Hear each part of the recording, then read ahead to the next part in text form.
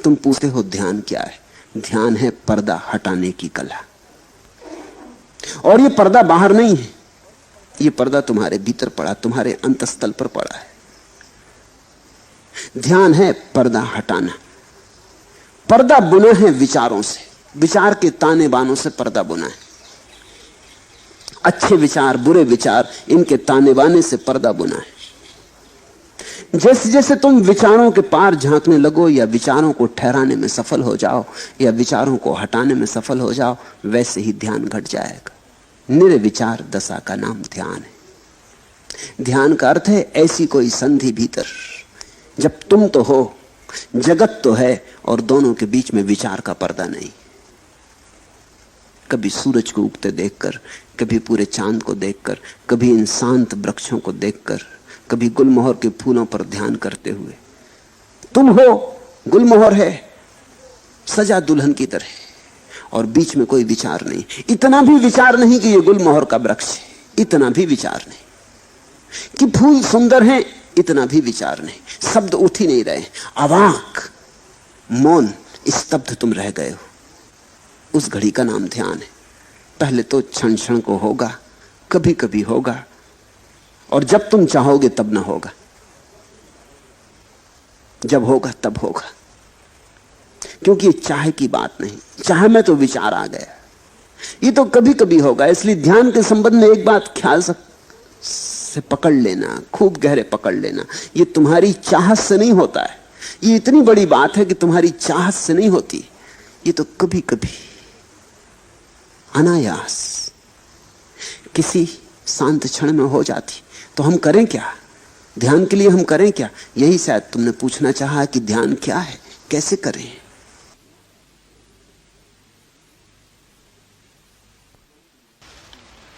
ध्यान के लिए हम इतना ही कर सकते हैं कि अपने को शिथिल करें, दौड़ धाप से थोड़ी देर के लिए रुक जाएं। घड़ी भर को 24 घंटे में सब आपाधापी छोड़ दें। लेके तकिया निकल गए, लेट गए लान पर, टिक गए वृक्ष के साथ, आंखें बंद कर ली। पहुंच गए नदी तट पर, लेट गए रेत में, सुनने लगे नदी की कलकल। मंदिर मस्जिद जाने को मैं कह ही नहीं रहा हूं, क्योंकि पत्थरों में कहां ध्यान। तुम जीवंत प्रकृति को खोजो। इसलिए बुद्ध ने अपने शिष्यों को कहा, जंगल चले जाओ, वहां प्रकृति नाचती चारों तरफ। 24 घंटे वहां रहोगे, कितनी देर तक बचोगे? कभी ना कभी तुम्हारे बावजूद किसी क्षण में अनायास प्रकृति तुम्हें पकड़ लेगी। एक क्षण को संस्पर्श हो जाए, एक क्षण को द्वार खुल जाए, एक क्षण को पर्दा हट जाए, तो ध्यान का पहला अनुभव हुआ। और पहले अनुभव के बाद फिर अनुभव आसान हो जाते। आसान इसलिए हो जाते कि तब तुम्हें एक बात समझ में आ जाती कि सीधे सीधे ध्यान को पाने का कोई उपाय नहीं, परोक्ष मार्ग है। तुम शिथिल रहो, आहिस्ता से चलो, आपाधापी छोड़ो। 1 घंटे के लिए कम से कम 24 घंटे में लीन हो जाओ प्रकृति में। संगीत सुनो कि पक्षियों के गीत सुनो। कुछ न हो करने को आंख बंद कर लो, अपनी सांस सुनो। बुद्ध ने तो इस पर बहुत जोर दिया। अपनी सांस को ही देखते रहो, आई गई आई गई। इसकी माला बना लो, इससे बेहतर कोई माला नहीं है। हाथ में माला लेके फेरोगे वो तो बहुत जड़ माला है। यहां जीवित श्वास चल रही, श्वास की माला फेरी जा रही। श्वास भीतर आई बाहर गई, श्वास भीतर आई बाहर गई। ये जो भीतर चक्र चल रहा है मंडल श्वास का, इसको ही देखते रहो शांत मौन से। इस पर ही टकटकी बांधे रहो और तुम हैरान हो जाओगे। किसी बहुमूल्य मुहूर्त में कभी ताल बैठ जाता है, अचानक सब एक हो जाता है। तुम मिट गए, संसार मिट गया। पहले पहले तो क्षण भर को ऐसी झलकें आएंगी, खो जाएंगी। जब खो जाएं तो फिर उनकी तीव्रता से आकांक्षा मत करना, अन्यथा वे कभी ना आएंगी। जब खो जाएं तो कहना ठीक, अब जब फिर दोबारा आएंगी फिर भोगेंगे। मगर उनके आने के लिए द्वार दरवाजे खुले रखना।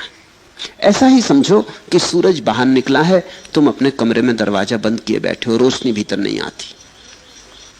अब सूरज को कोई गट्ठर में बांध के भीतर लाने का उपाय भी तो नहीं है। सूरज की किरणों को कोई गाय बैल जैसा हाँक के भीतर लाने का उपाय भी तो नहीं। क्या करोगे? दरवाजा खोल दो, सूरज की किरणें अपने से भीतर आ जाती। कभी कभी रात होगी और नहीं आएंगी क्योंकि सूरज नहीं है, कभी कभी दिन होगा और आएंगी क्योंकि सूरज है, कभी कभी दिन भी होगा और बादल घिरे होंगे और नहीं आएंगे क्योंकि सूरज बादलों में ढका है। मगर कभी कभी मौके मिलेंगे जब दिन है, बादल भी नहीं है, सूरज प्रकट है, तो किरणें भीतर आएंगी। तुम ज्यादा से ज्यादा बाधा न दो, बस इतना ही काफी है। मेरी बात को ख्याल में ले लेना। ध्यान को सीधा सीधा नहीं किया जाता, बाधा न दो। इसलिए तो मैं कहता हूं नाचो गाओ। नाचने और गाने में तुम लीन हो जाओ। अचानक तुम पाओगे हवा की झोंके की तरह ध्यान आया, तुम्हें नहा गया, तुम्हारा रोआ रोआ पुलकित कर गया, ताजा कर गया। धीरे धीरे तुम समझने लगोगे इस कला को। ध्यान का कोई विज्ञान नहीं है, कला है। धीरे धीरे तुम समझने लगोगे कि किस घड़ियों में ध्यान घटता है, उन घड़ियों में मैं कैसे अपने को खुला छोड़ दूं। जैसे ही तुम इतनी सी बात सीख गए, तुम्हारे हाथ में कुंजी आ गई।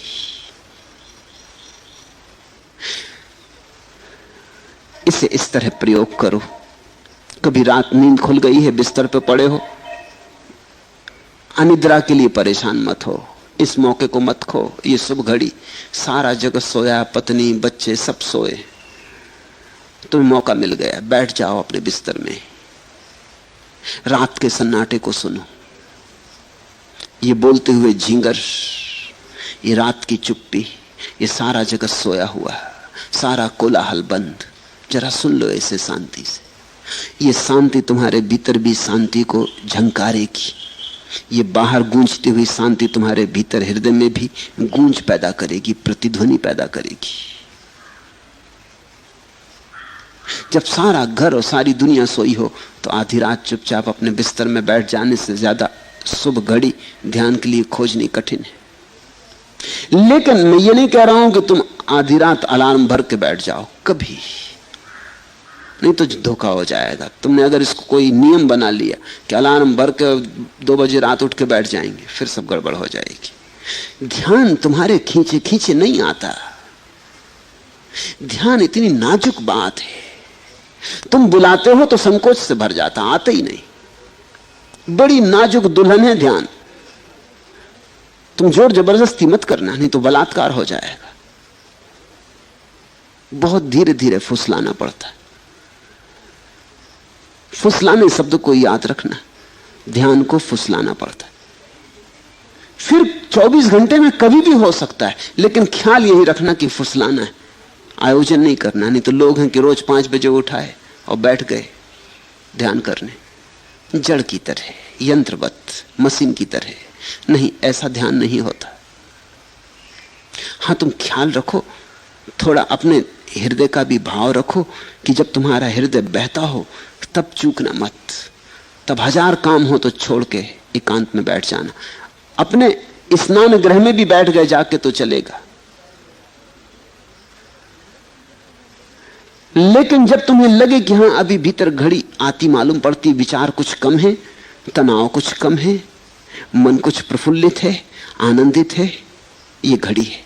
लोग अक्सर उल्टा करते, जब उनका मन दुखी होता तब ध्यान करते। लोग दुख में भगवान को याद करते। ये तो जब उल्टी हवा बह रही है तब बहुत कठिन हो जाएगा सुख में याद करना। इसलिए मेरे सूत्र अनूठे हैं। मैं तुमसे कहता हूं, जब तुम्हारा मन बड़ा सुखी मालूम पड़े, कोई मित्र घर आया है, बहुत दिनों बाद मिले, गले लगे, गपशप हुई है, मन ताजा है, हल्का है, खूब प्रसन्न हो तुम, इस मौके को छोड़ना मत।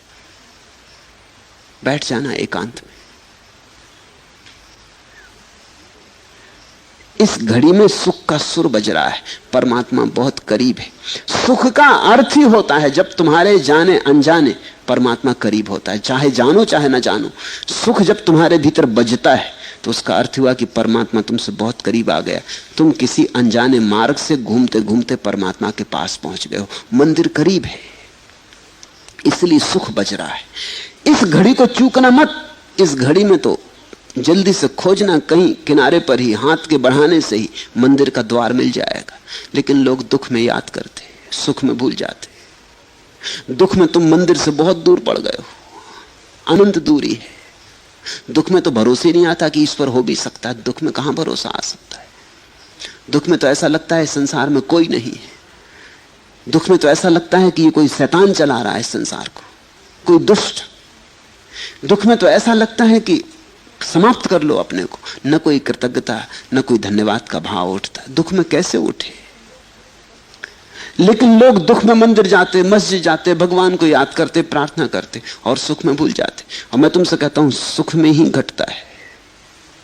सुख के क्षण में ही तुम करीब से करीब होते हो। उस समय सरक जाना, उस समय लेट जाना जमीन पर, साष्टांग रख देना सिर भूमि पर, ठंडी गीली लान पर लेट जाना, आंख बंद कर लेना। उस क्षण सोच लेना अपने को कि मिल रहे पृथ्वी के साथ, एक हो रहे पृथ्वी के साथ। और तुम पाओगे कभी कभी आ जाती लहर, तरंग की तरह तुम्हारे भीतर प्राणों में कुछ कब जाता, कोई नई बीन बजती। धीरे धीरे पहचान हो जाएगी और धीरे धीरे तुम्हें कला आ जाएगी। तुम धीरे धीरे पहचानने लगोगे कि कब इसके होने के क्षण होते, कैसी दशा होती है तुम्हारी जब ये निकटता में घट जाती है बात, और कैसी दशा होती है तुम्हारी जब ये मुश्किल होती है बात। फिर तुम पहचान पे पड़ जाओगे। तुम्हारी आत्मविज्ञा, तुम्हारा प्रतिभिज्ञा, तुम्हारी पहचान धीरे धीरे साफ होने लगेगी। पहले तो अंधेरे में टटोलने जैसा है, मगर ध्यान घटता है। और कभी कभी तो उन लोगों को भी घटता है जिन्होंने ध्यान के संबंध में कुछ सोचा ही नहीं। अधार्मिकों को भी घटता है, क्योंकि ध्यान की कोई शर्त ही नहीं है। छोटे बच्चों को घट जाता है, छोटे बच्चों को ज्यादा घट जाता है बजाय बड़ों के। तो आप बहुत सी चीजों को कंट्रोल कर सकते हैं, अब वो चाहे प्राकृतिक हो या अप्राकृतिक। हो सकता है कि आज आपको लगता हो कि आज आप संसार में बहुत सी चीजों के बारे में जानते हैं, परंतु मैं आपसे पूछता हूं कि क्या आप अपने बारे में जानते हैं? देखिए, अभी आप जीवित हैं, सांसें ले रहे हैं, या मैं कहूं कि आपकी सांसें प्राकृतिक रूप से चल रही हैं, लेकिन आप इस बारे में नहीं जानते। आपकी एक एक सांस में अनेकों रहस्य छुपे हैं। आज आप अपने शरीर की बाहरी चीजों को कंट्रोल करना चाहते हैं, जो लोगों को दिखाई देती हैं। असल में आप प्रहार गलत जगह कर रहे हैं। जो आपको दिखाई देता है, काम आपको वहां नहीं करना है। असल में आपको सूक्ष्म तल पर काम करना है। फिर आप अपनी हर एक चीज को कंट्रोल कर सकते हैं। जिसे कई बार नियंत्रित कर पाना असंभव लगता है, आप वो भी नियंत्रित कर सकते हैं। आपकी सांसों से आपका पूरा सिस्टम कंट्रोल होता है, शारीरिक और मानसिक दोनों ही। सांसों के विज्ञान के बारे में मैंने पहले भी बोला है, लेकिन ये एक बहुत बड़ा विषय है। इसे समझने के लिए आपको कई जन्म लग सकते हैं, और एक दो नहीं बल्कि कई शास्त्र लिखे जा सकते हैं। शायद आपने कभी अपनी भावनाओं और विचारों पर गौर किया हो, जिन्हें कंट्रोल कर पाना मुश्किल लगता है, लेकिन इन्हें भी कंट्रोल किया जा सकता है। आप अपनी सांसों को धीमा करके भाग नहीं सकते।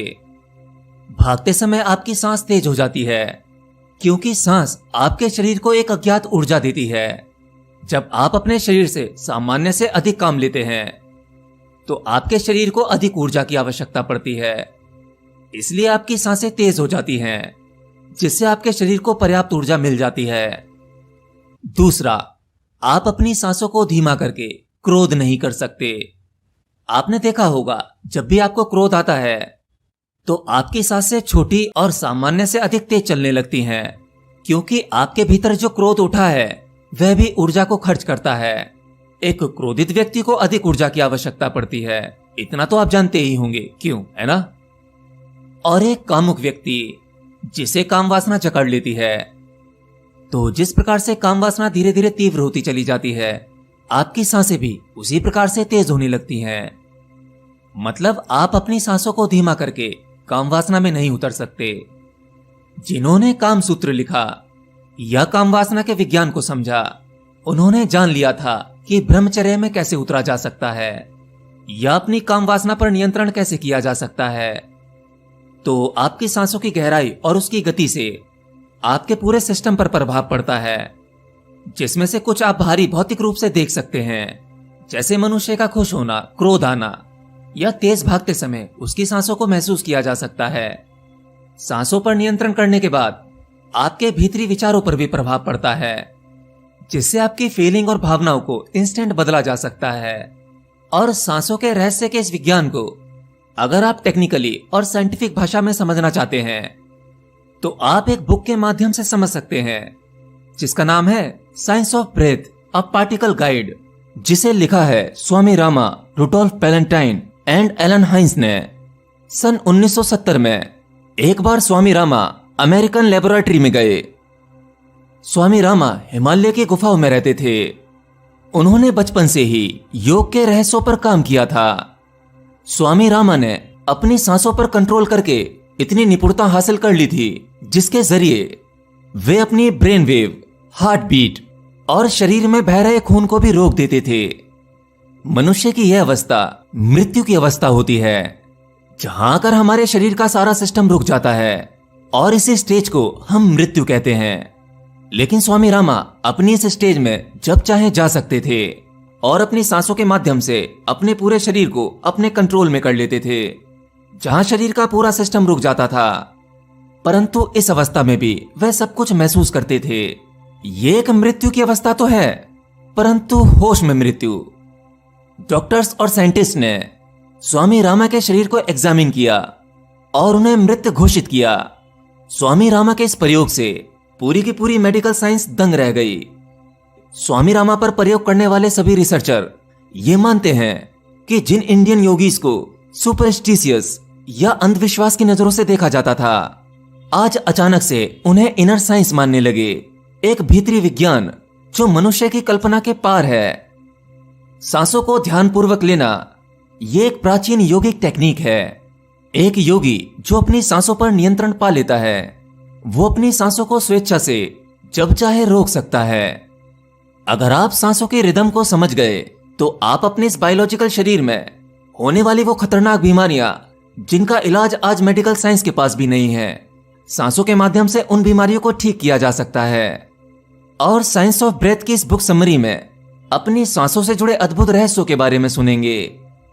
आप कुकू एफएम के माध्यम से इस बुक को हिंदी में सुन सकते हैं। इतना ही नहीं, इस तरह की बहुत सारी किताबें, मतलब 10,000 प्लस ऑडियो बुक कंटेंट आपको कुकू एफएम पर मिल जाता है, जो कि हिंदी, इंग्लिश और रीजनल लैंग्वेजेस में अवेलेबल हैं। और हाँ, अगर आप कुकू एफएम को प्ले स्टोर से डाउनलोड करते हैं तो आपको इसकी मेंबरशिप के लिए 399 रुपीज का ईयरली सब्सक्रिप्शन मिलता है। लेकिन क्वेश्चन वर्ल्ड फैमिली के लिए, यानी अगर आप कुकू एफएम को डिस्क्रिप्शन बॉक्स में दिए गए लिंक से डाउनलोड करते हैं और QNW50 कूपन कोड यूज करते हैं, तो फर्स्ट 250 यूजर्स को यही 399 रुपीज का यानी 399 रुपए का सब्सक्रिप्शन 200 रुपीज के डिस्काउंट के साथ मात्र 199 रुपए यानी 199 का पड़ेगा। और यूजर्स द्वारा इस ऐप की रेटिंग भी 4.5 स्टार की है।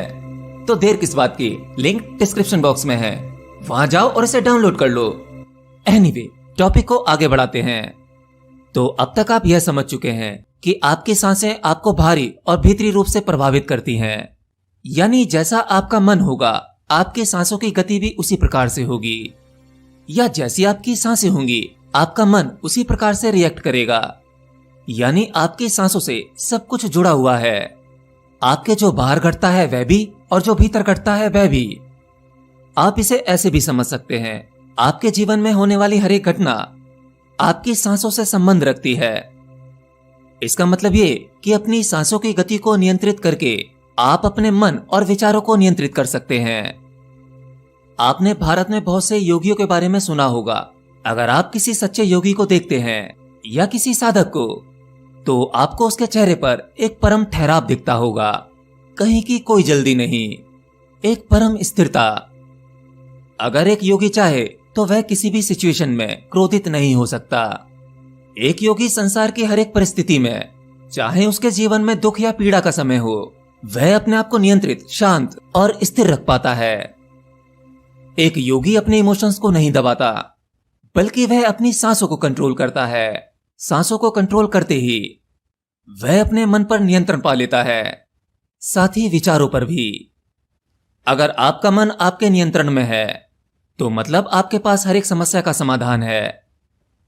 आपने भारत के योगियों के बारे में एक बात अवश्य सुनी होगी कि कुछ योगी 100 साल, 200 साल या कभी कभी उससे अधिक जी लेते हैं। वे अपने शरीर को इतने लंबे समय तक कैसे सुरक्षित रख पाते हैं? असल में उनका नियंत्रण उनकी सांसों पर होता है, जिसे प्राण ऊर्जा भी कहते हैं। प्राण ऊर्जा चारों तरफ है।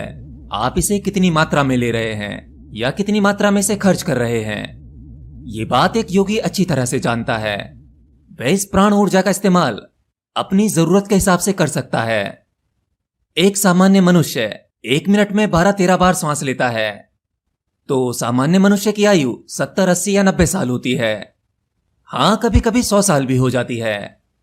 एक कछुआ जो 1 मिनट में 6 बार सांस लेता है और वह तकरीबन 600 साल तक जी सकता है। एक डॉग जो 1 मिनट में 28 बार सांस लेता है, उसकी आयु 10 से 12 साल होती है।